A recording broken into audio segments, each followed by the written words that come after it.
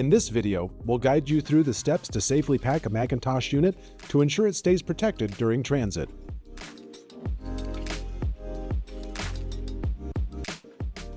Some tools are needed for this project.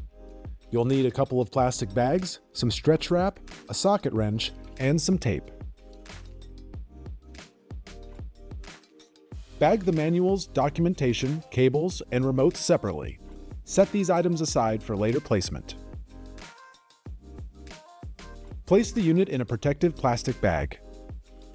Position the unit in the bottom cardboard base of the box.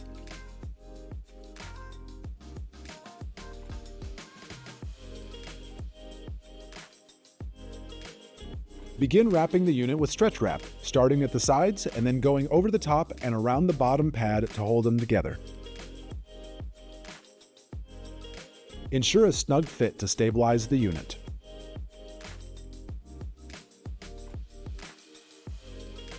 For heavy McIntosh units, these units come with a wooden board that they must be bolted to. Bag the unit as usual, then flip it upside down to mount it to the board. Follow the standard packing process for the rest of the steps. If bolts are used to secure the unit, you can skip stretch wrapping it to the bottom board.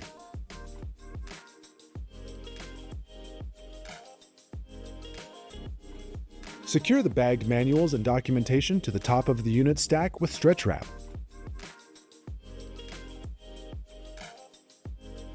Locate the triangle-shaped space created by the stretch wrap and the insert behind the unit. Securely wrap the cables and remotes and place them into this space. The top cardboard or foam pad is critical for protecting the unit, especially its glass faceplate. Place the pad tightly against the top of the unit, flush with the front of the box. Double-check the placement to ensure proper protection. The MC275 requires a little extra care to ensure it ships safely. Since this unit has external tubes, make sure to use the foam tube insert inside the tube cage. This will make sure the tubes are safe and secure during transit. Close and secure the inner box with tape. Pack the inner box in the outer box using the included foam inserts.